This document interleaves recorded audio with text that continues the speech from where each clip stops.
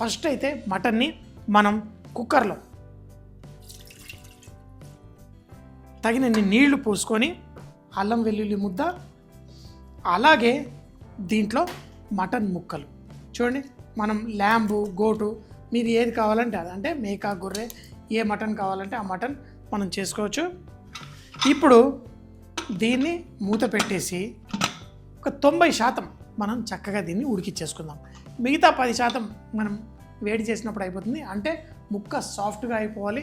కేవలం ఆ మసాలా, ఆ జ్యూసెస్ పీల్చుకోవడం కోసం మనం దాన్ని తర్వాత మరో 5 నిమిషాల పాటు కుక్ చేసుకుంటాం. మటన్ కొంచెం ముదురుంది, అందుకని ఒక 5 విజిల్లు పెట్టేశాను. స్లోగా దాంట్లో కుక్ అవుతుంటుంది. కానీ ఇప్పుడు మనం చేసుకునే మసాలా, ఇప్పుడు నేను చేస్తున్న ఈ మసాలా, ఇది డ్రై రోస్ట్ చేసుకోవచ్చు, కానీ ఒక మసాలా ముద్దలా తయారు చేస్తున్నాను. మేము సాంబార్ చేయడానికి కూడా సాంబార్ మసాలా ముద్ద తయారు చేస్తాం. దాంట్లో వేసే ఇంగ్రీడియంట్స్ వేరు. కానీ అలాగే ఈరోజు నేను చేసే ఈ మటన్ మసాలాలో అన్ని డ్రై ఇంగ్రీడియంట్స్ ఉన్నాయి. ఇందులో ముందు మన ధనియాలు, మిరియాలు, మంచి ఫ్లేవర్ రావడం కోసం ఇందులో జాజికాయ చిన్న ముక్క వేస్తున్నాను. అలాగే అన్నాసి పువ్వు, మనకి గ్రీన్ కార్డమము, బ్లాక్ కార్డమము, లవంగాల ఘాటు కోసం దాల్చిన చెక్క, మళ్ళీ జాపత్రి. ఇందులో కొంచెం అంత సోంఫ్. మనకి తెలుగు వాళ్ళు సోంఫు వంటల్లో ఎక్కువగా వాడరు, కానీ ఈ సౌత్ ఇండియన్ ఫ్లేవర్ అనేసరికి సోంఫు బాగా ఇష్టంగా వేస్తారు. అలాగే కొంచెం జీలకర్ర, దాంట్లో మనము చిన్నగా కట్ చేసుకున్న మనం కొబ్బరి ముక్కలు. చూడండి, డ్రై ఇంగ్రీడియంట్స్ని ఫస్ట్ నూనెలో వేయించుకోవాలి. నూనెలో కుక్ అయినప్పుడు కూడా మీకు ఫ్లేవర్స్, దాంట్లో ఉన్న సుగంధ ద్రవ్యాలు ఇంకా బాగా బయటకు వస్తాయి. ఆల్రెడీ ఇక్కడ మంచి సువాసన బయటకు వచ్చేస్తుంది. ఆహా! ఇందులో మనం సన్నగా కట్ చేసుకున్న ఉల్లిపాయలు, అలాగే కొంచెం ఉప్పు వేసి ఈ ఉల్లిపాయలు కూడా కొంచెం కలర్ వచ్చేంత వరకు వేయించుకుందాం. సుగంధ ద్రవ్యాలతో మన ఈ గరం మసాలా అన్నీ కూడా స్లోగా ఫ్రై అవుతూ, ఇప్పుడు ఇందులో టమాటా ఆప్షనల్. కొంతమంది నార్త్ ఇండియాలో, మేము సౌత్ ఇండియన్ అని చేసేటప్పుడు కూడా వాళ్ళు కొంతమంది పెరుగు వేసుకోవడానికి ఇష్టపడతారు. కానీ నేనైతే ఈ టమాటాలు వేసి మీకు చూపిస్తున్నాను. చూడండి, ఇలా టమాటాలు వేసి, ఇవి కూడా, ఆ టమాటాలు కూడా మరీ ఎక్కువ అక్కర్లేదు, మ్యాష్ అయిపోతుంది కొంచెం సేపట్లో. ఇందులో పసుపు, పచ్చిమిరపకాయలు, చెప్పాను కదా ఇది ఒక మసాలా ముద్ద. దీంట్లో మనం తినేటప్పుడు పొట్టి గ్రేవీ లాగా ఉంటుంది, ఫుల్ ఫ్లేవర్స్ ఉంటాయి.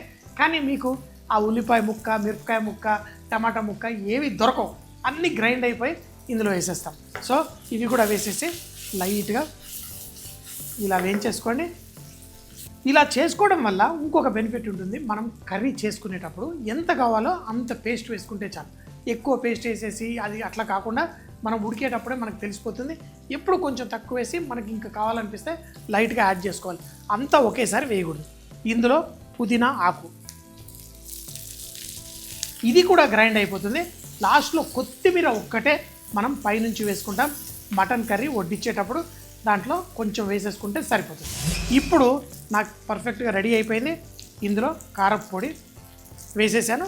దీన్ని కలవని కేవలం 1 నిమిషం మాత్రం మనం దీన్ని కుక్ చేసుకొని, తర్వాత దీన్ని చల్లారిన తర్వాత మిక్సీ జార్లో వేసి పేస్ట్ చేసుకోవాలి.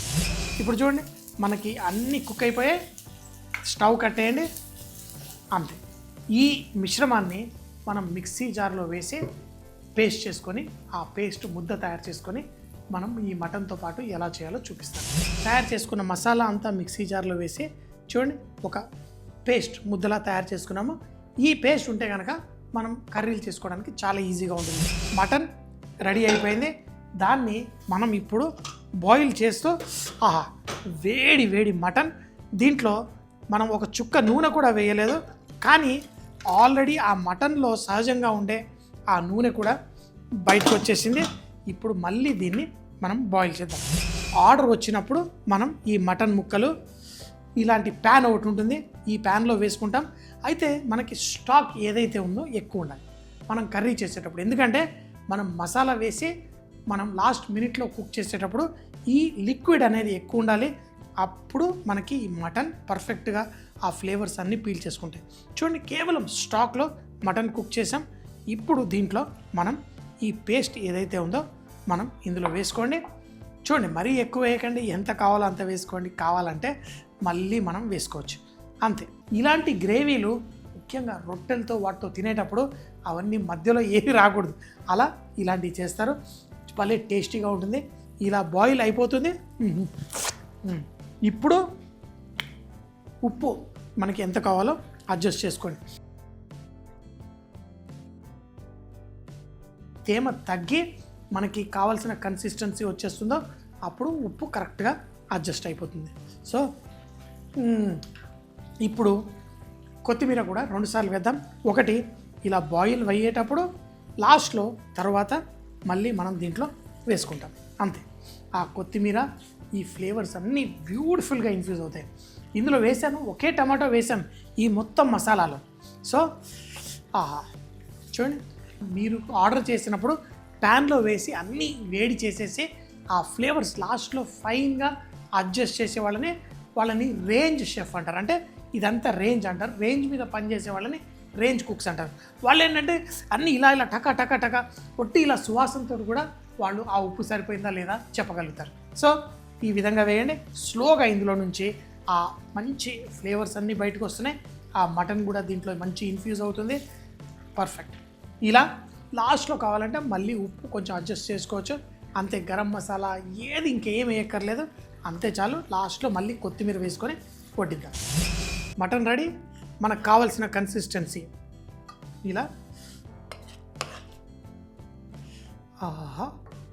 మటన్ నల్లి బొక్కలు, మన గ్రేవీ చూడండి ఇలా సింపుల్ అనమాట. ఇది రొట్టెలతో దేంతో తిన్నా చాలా బాగుంటుంది, అన్నంతో తినడానికి కూడా బాగుంటుంది. కాకపోతే మనకి ఎటువంటి అంటే తినేటప్పుడు ఇందులో లవంగం అడ్డు వస్తుంది, యాలకులు అడ్డు వస్తాయి, అట్లా ఏది ఉండదు. చక్కగా ఆ గ్రేవీ కూడా పర్ఫెక్ట్. లాస్ట్లో కొంచెం కొత్తిమీర వేసేస్తాం.